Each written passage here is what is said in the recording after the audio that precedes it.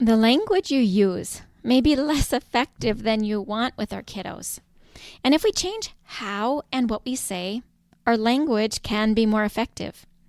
So today's guest is a fellow speech language pathologist, and she has a wealth of knowledge and experience guiding us today to focus on the language that helps our kids engage in play and with you, and how you can create a language-rich environment naturally and at home. So in the environment, what is it we do that causes our kiddos to engage and respond with us? So no matter what's going on with you and your child, the information you will hear today will be fun, delightful. It will be eye-opening and capture your attention. You are sure to get lots of ideas of what you can do with your kiddos at home. And I've also been learning of a number of educators and early childhood providers that listen regularly to this podcast. And I am so glad. Welcome, welcome, welcome. Today's episode is going to be key for you as well.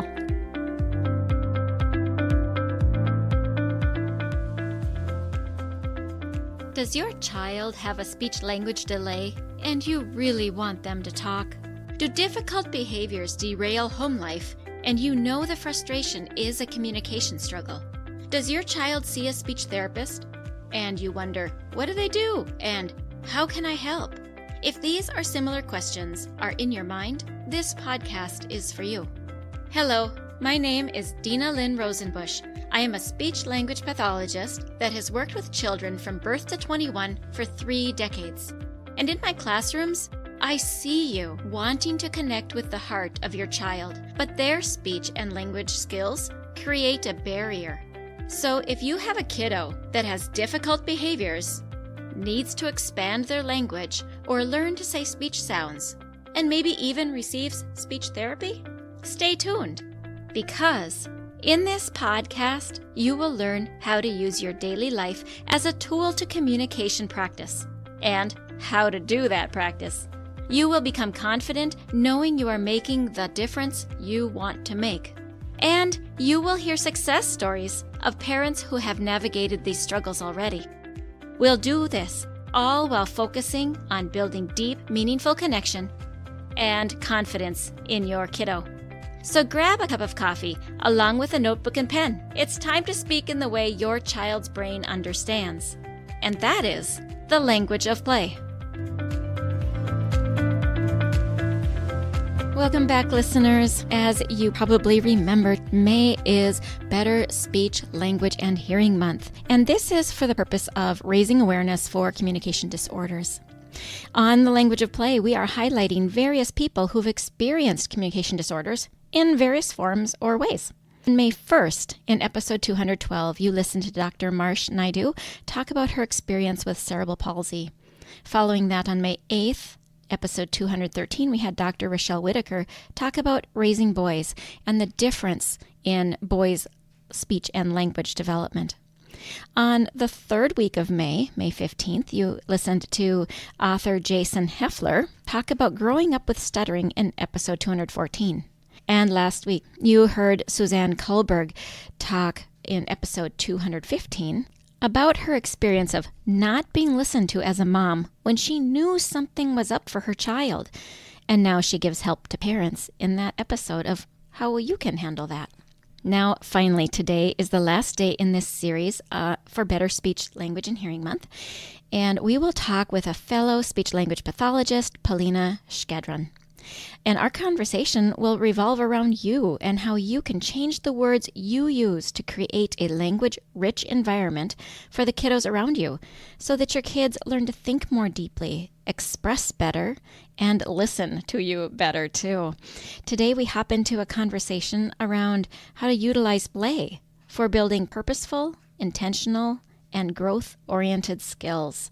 Plus, what language you use that actually derails what you intend to achieve. And before we actually start this episode, I want to ask you, is your child hard to understand?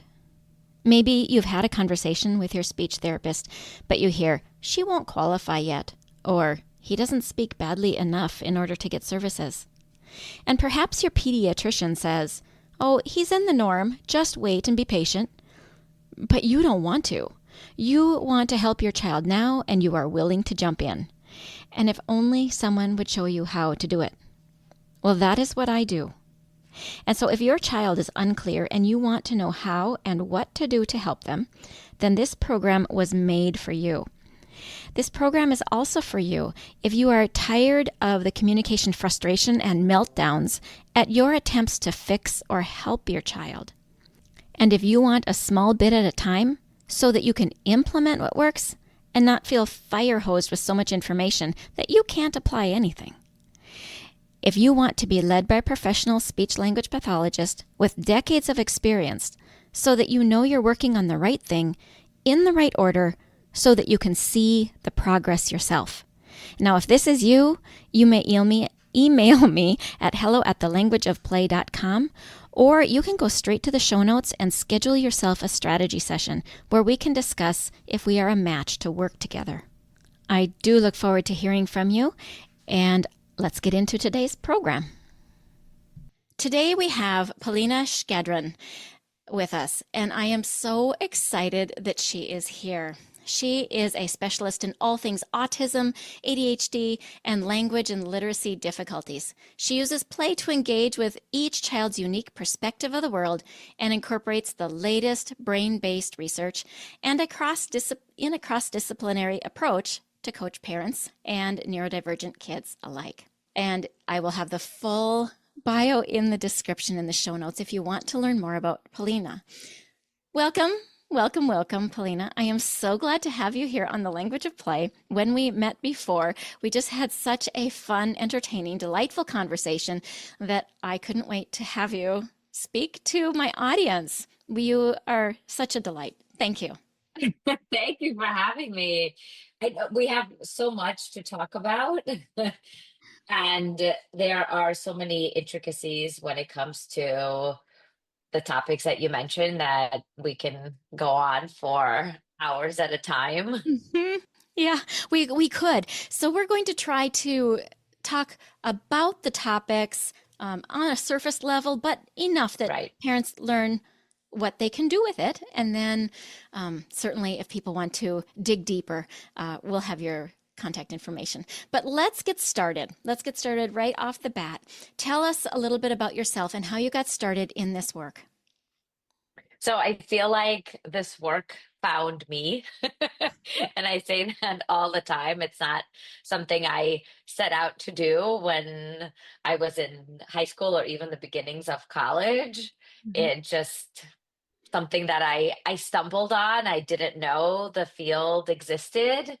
And once I found it, I think I was just fortunate enough to find the right mentors and the guidance that really I connected with, and that propelled me through my undergraduate studies, through my graduate work, and then now, like, even further as I continue the learning, because the field is always evolving and there are Mhm. so many pieces and other components from other disciplines that I think are so important to connect and Mhm. to integrate. And that's the part that I feel like makes me different, because that's what I really do. I find information and I integrate it into the work that I'm already doing, instead of looking at new information saying, well, that's a conflict, that's contradictory, and I'll never going to use it because this is just what I know. I take the other approach and really figure out, how is this going to benefit the kids and the parents who I see. I love that. I think that that's what we need to do, whether we're a parent or whether we're a doctor or a speech pathologist, it doesn't matter. When we learn the caveat skills to what it is we're working on, we can use the strengths from one area and cause more growth in a different area. We Right. really are a holistic human being. And when we come to the table, like you're describing, serving the whole, we will help our kiddos. Now, you specialize with ASD and ADHD. Tell us a little bit about what you've learned I think of executive functioning, but you can talk about whatever. So tell Yes. me what it is that you've learned about our kids on the spectrum and So, neurodivergence. I mean, autistic kids are awesome, and so Hmm. are ADHD kids. Like neurodivergent kids are just so unique and interesting. And for me, it's like a puzzle, like a Hmm. very intricate puzzle with matrices and layers, because, like you said, it really is the whole child. Hmm. And we can't just look at one area of difficulty or struggle without also looking, first of all, at all of the strengths that they bring, because that's really the approach. It should be strength based instead of it being, focused on deficits and how behaviors need to stop and how all of these like things are wrong. And that oftentimes, sometimes I would say, catches parents off guard when they call and I ask them what brings you, and they want to tell me this whole story about the struggle and all the challenges that they're having. And then we pause and I say, tell me something your kid is really great at.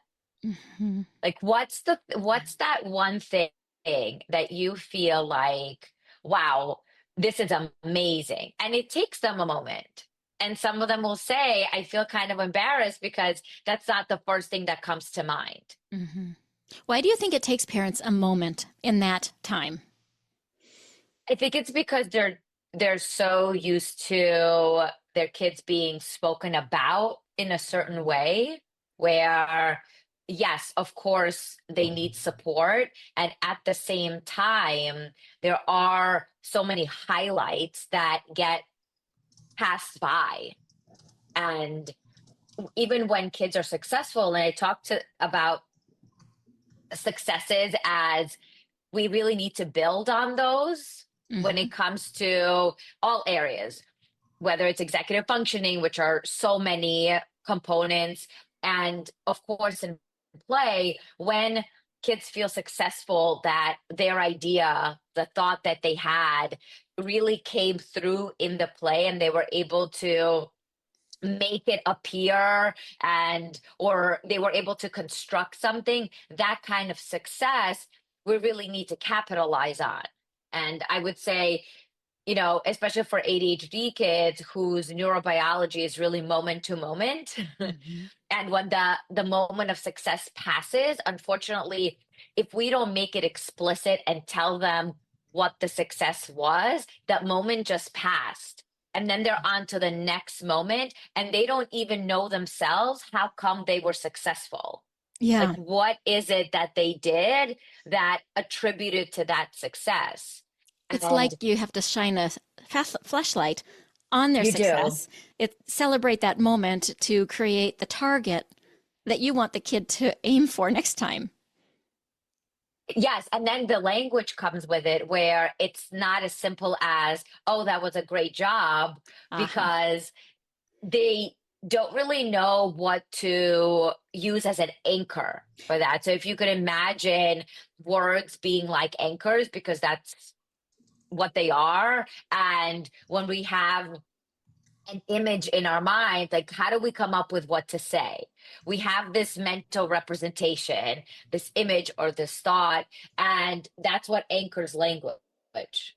Hmm. So when you use the language in a way that's just, surface, it doesn't provide the feedback that's really needed. So when somebody tells, let's go with ADHD, and when somebody tells an ADHD child, oh, that was great, and that moment passed, there's a disconnect between what do you mean by great and what just happened in that moment. And my go to is start asking them a how, Okay, so like start using language in that way. uh-huh. And what I mean by that, and I could give parents like a really simple script. Go So ahead. when a child is successful and, age dependent, let's say that they already have language and they're able to communicate in via conversation, you go, how did you just do that? That Ah, was so cool. How did you figure it out? And at mm-hmm. first, they might not know because they're not used to thinking about their own problem solving skills in that way. And Mm-hmm. what I can tell you is the more you approach it with a how, because then your tone of voice really incites curiosity, the Yeah, more that they are going to get curious themselves in terms of, well, how did I figure this out? Because it didn't just happen. right. I love that. I absolutely love that. So, what I'm hearing is that you kind of answered the question that I didn't yet ask. So, that was fantastic, which is, when we say that the language is an anchor for the kiddos, like to help them repeat the behavior that they had, that we want them to repeat, knowing that the language we use with them helps them anchor that good behavior in. How do you use language? And that's the key you're saying is using the word how. And I love that. And I also want to backpedal a little bit to something else you said to highlight, which is Yes. you said that you look at these kiddos like a puzzle, and it's a puzzle that's fun to figure out. And I think that that curiosity, when we get into that zone as parents, it helps us to love the experience rather than get frustrated by the experience. Right. And the frustration is still going to be there. It Hmm. doesn't mean that parents are are not going to have days Of where course. they just want things to go well and nothing is going well. Hmm. So, and it takes away from their capacities. And it's the Yeah. same thing that happens for neurodivergent kids. When things don't go well, it takes away from their capacities and it takes away from their resources. And we only have so much, battery power to So much give patience during to the give in a day. day. We only have so much, and everything needs to be refueled. Everything needs to be recharged. And that's really what play does. It is refueling and it is recharging. And at the same time, it's challenging because there are, autistic and ADHD kids who sometimes struggle to figure out play. So And it's, that's my next question. So there's play on yes, the level of mom and dad saying go play, and there's play right. in the way you're describing play, and then there's this experience that our children don't really know how to engage in the play that's going to be restorative. Can you Yes, talk about play from that higher umbrella and then tease apart those different components the way you see it?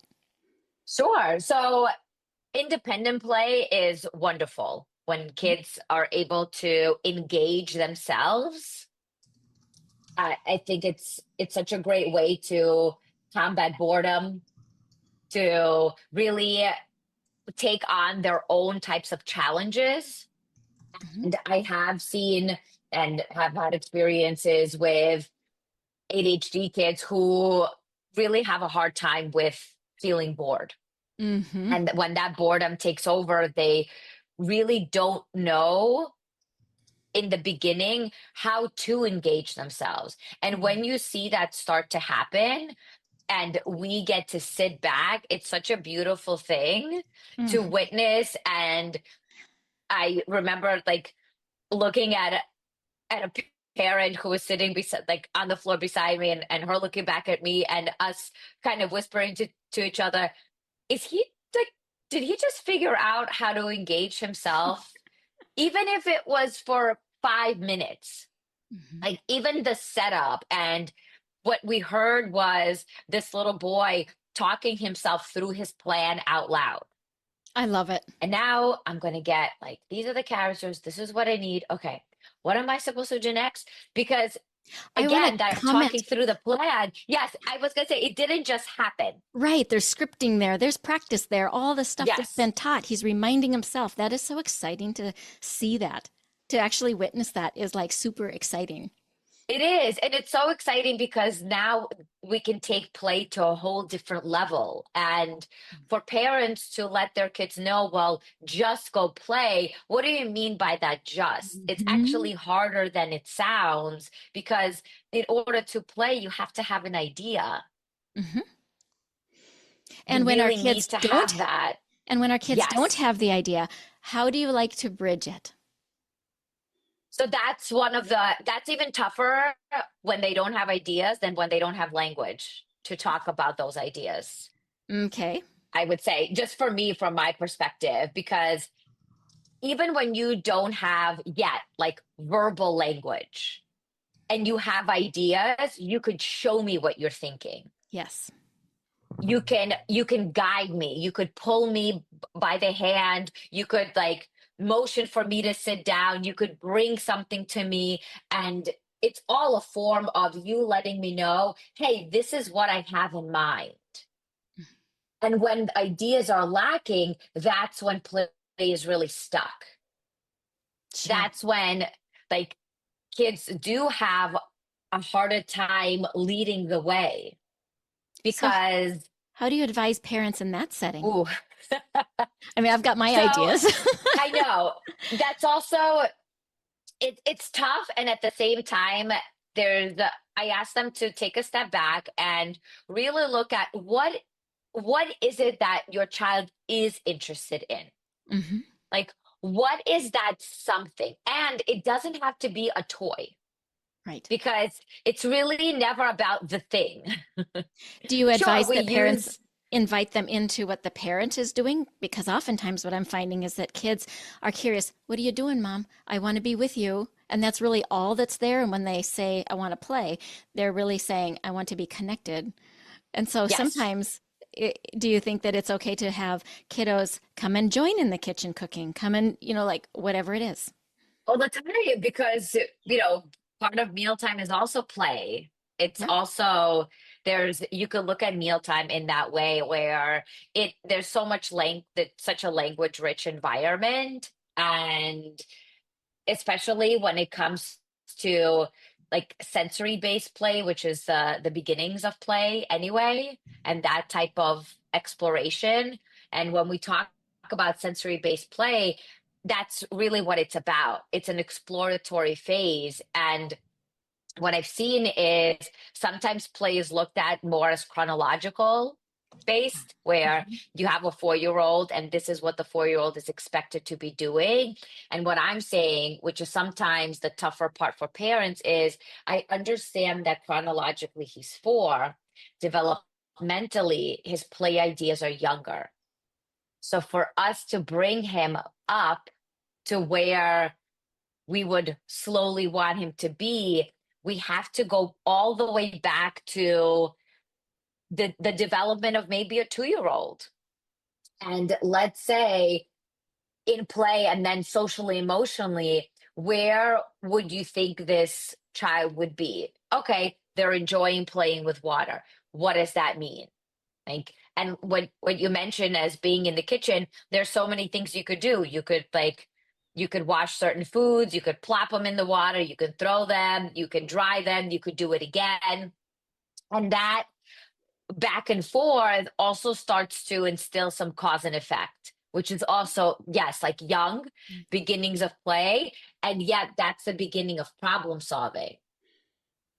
So those are the type of ideas I would really recommend when you're noticing that kids may be lacking in their own ideas.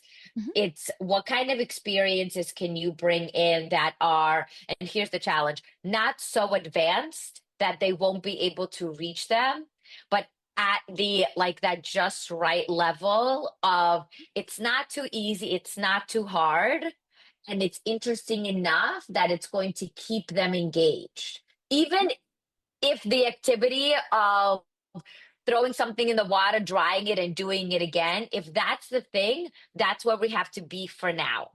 Mhm. I love that. Now, you also mentioned that it's such a language rich environment, and we could use bath time, you could use kitchen, whatever. But since I introduced the kitchen thing, let's ask you, what would you tell parents that they should say or do in order to create the language rich part of the environment? Because I can see that if a parent doesn't know how to teach language, they'll put the vegetables on the counter, let the kid play in the water, and here they are, but there's no language richness. So, how do you teach your parents to change that environment to become language rich? So I would say it's parents already have the skills. Mhm. Let me begin with that. And I think it's important for parents to know that they do already have the skills. Mhm. And what we're doing when it comes to language is letting them know to pick that one word or maybe two that will really, really highlight what it is that you want to communicate. Because a single word can communicate a lot. Mhm. And if you're finding that that single word isn't communicating much, then choose a different word. So let's say since we're on the kitchen topic, You can change right? topics. I just happened to say that one. No, I think it's great because mealtime is part of something that I do, and I know that mealtime could also be challenging for autistic and ADHD kids. Mhm. So I feel like this conversation could come full circle. So when it comes to something like mealtime prep and water, I would say focus on the actions. Like, so what can you do with, I don't know, a grape tomato?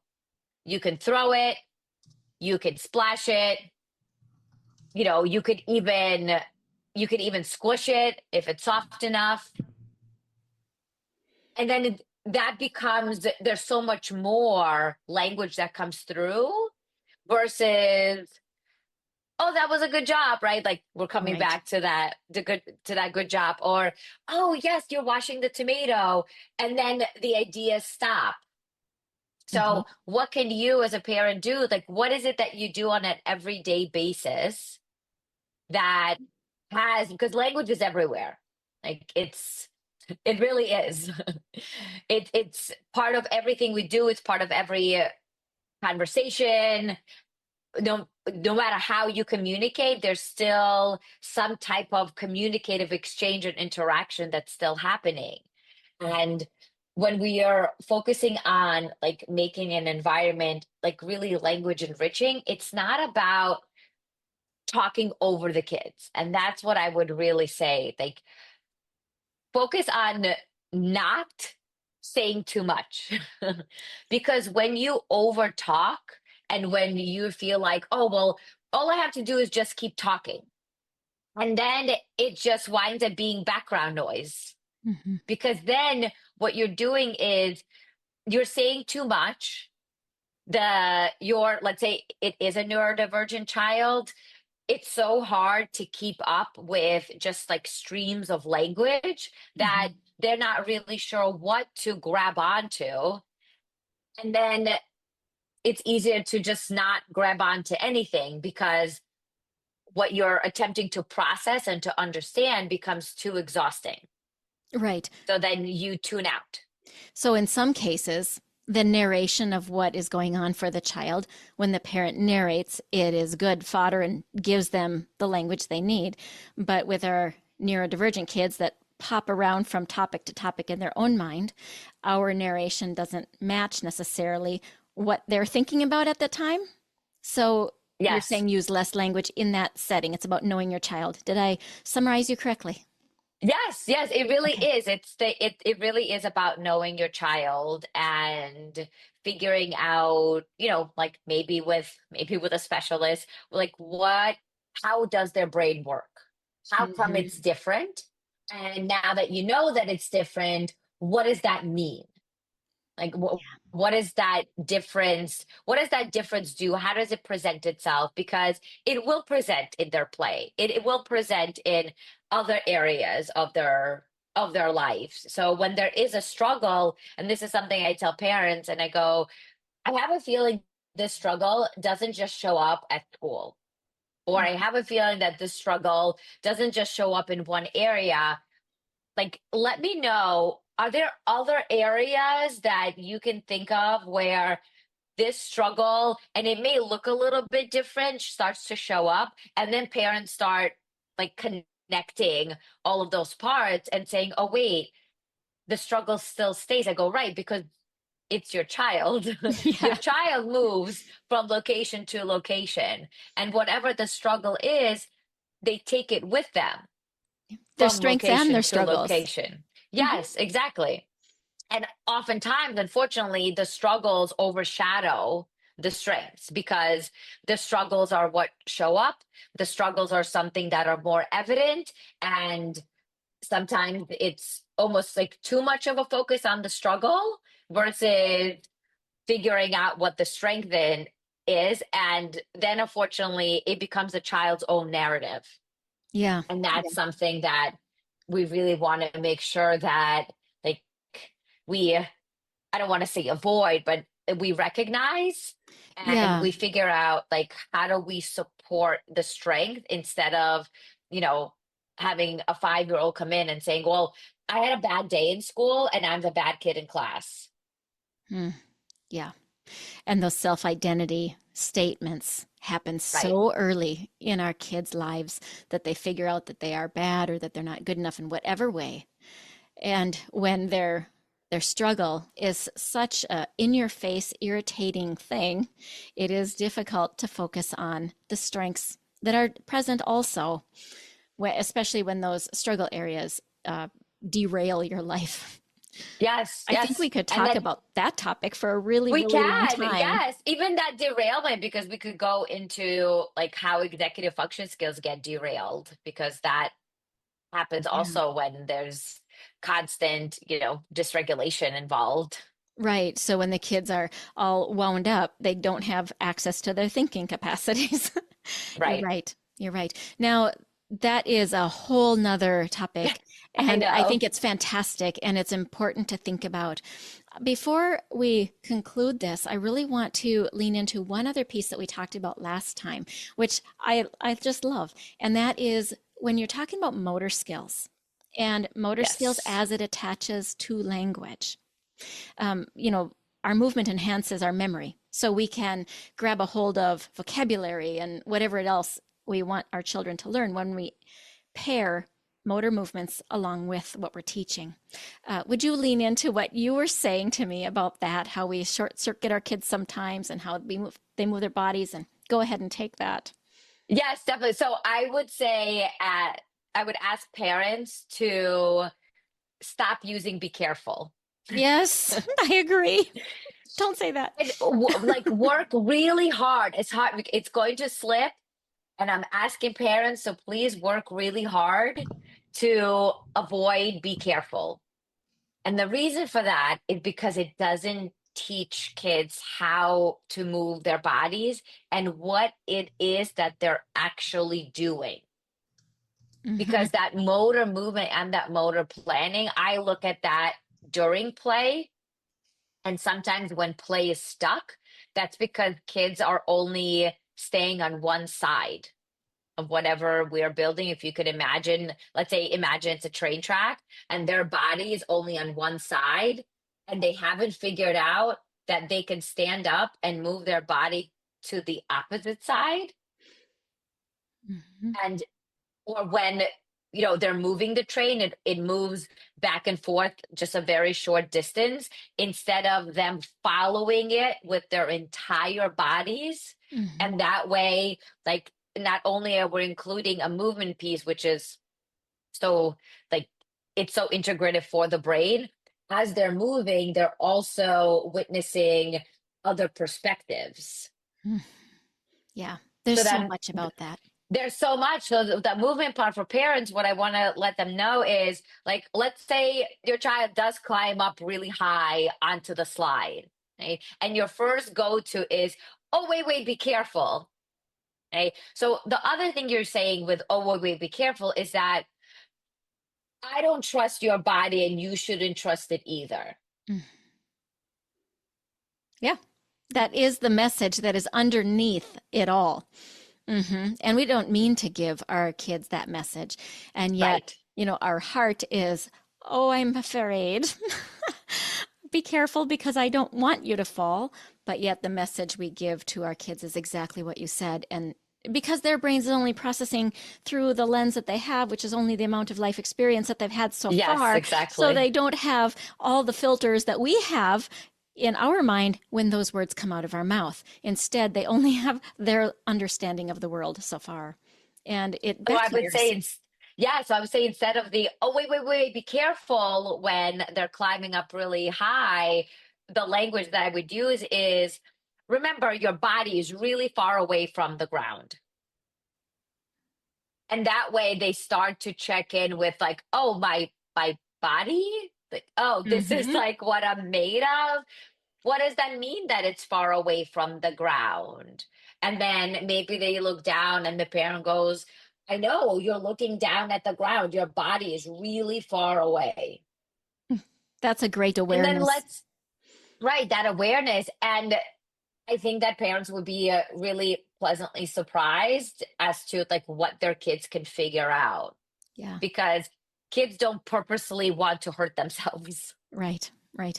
One of the things that I used to say to my kids when they're, and I say to my grandkids now, when they are in a situation like that, are statements like, use both hands.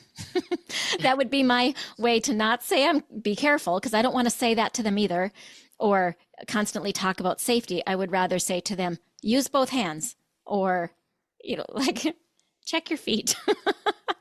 Yes. And even, the last thing I think we could mention, that word safety, it comes to mind because it was a recent conversation that I had with a school. And in schools, it's kind of, well, we can't let kids hit because we want them to be safe. We're explaining to them that we want to make sure they're safe. We want to make sure that the other kids are safe. And I'm listening, and then I pause and I say, does that child who you're talking about know what that word actually means? Yeah, it changes per context, doesn't it? I go, what is that? If you were to ask her or him, what does safe mean to you? I go, I guarantee that they would say, oh, it just means to be safe. Mm-hmm. They have no idea what it is that you're actually talking about. And the I fact that totally you've been agree. having this conversation with them for the past few months clearly means that they are not connected with that term. Right. They have not connected with the word safe. So let's figure out a different way to communicate from the child's perspective. And that's key, isn't it? Yes. Like, what does it mean for you? Like, when you hear this word, what do you imagine? Like, what is that like? Mm-hmm. And then what's the opposite if they can go that route? Mm-hmm. I love it. This has been such a fantastic conversation, Polina. You've got a wealth of wisdom, and there are so many things that we have actually talked about that are inspiring and connecting for parents. So thank you for sharing. If you were to pick one thing of these many very important things that we've said, if a parent is driving in their car, and we all know that when we're driving, we can remember a few words after we get the car seats unbuckled and kids out and do the potty and then get the dinner, and then we stop and think again. What would you like them to remember at that point? What would you say is your final words, your key takeaway? That would be play from your child's perspective. I love it. Play from the child's perspective. Yeah, yeah. And if anybody wanted to get a hold of you because they think, oh, well, what does that mean? What would you say? My website is playtolearnconsulting.com. Great. And you could find me on Facebook and Instagram at Play to Learn Consulting. My Perfect. email is also Polina at playtolearnconsulting.com. So everything is everything is the same. Easy to Perfect. remember. Perfect. Perfect. Yeah, I love that. And we certainly align because mine is the language of play and yours is play to learn consulting. Yes. So we are a match. Thank you so much, Polina, for giving such wonderful insights to our parents and taking time out of your busy schedule to join us today. Thank you for having me. It was a great chat. It was. Thank you. Hey parents, I hope you found this episode helpful. If so, would you please take 30 seconds and share it with a friend who also lives or works with children? I would really appreciate it if you would leave a quick review for the show on Apple Podcasts. I read every review, and it lights me up to know that this show is making a difference. Then come join my Facebook community, where you'll meet other parents who are dedicated to helping their children grow too. You'll find the link in the show notes. Thank you for joining me. Now it's time to go. Let's pop our kiddos in the strollers and go look around outdoors and see what we have to talk about.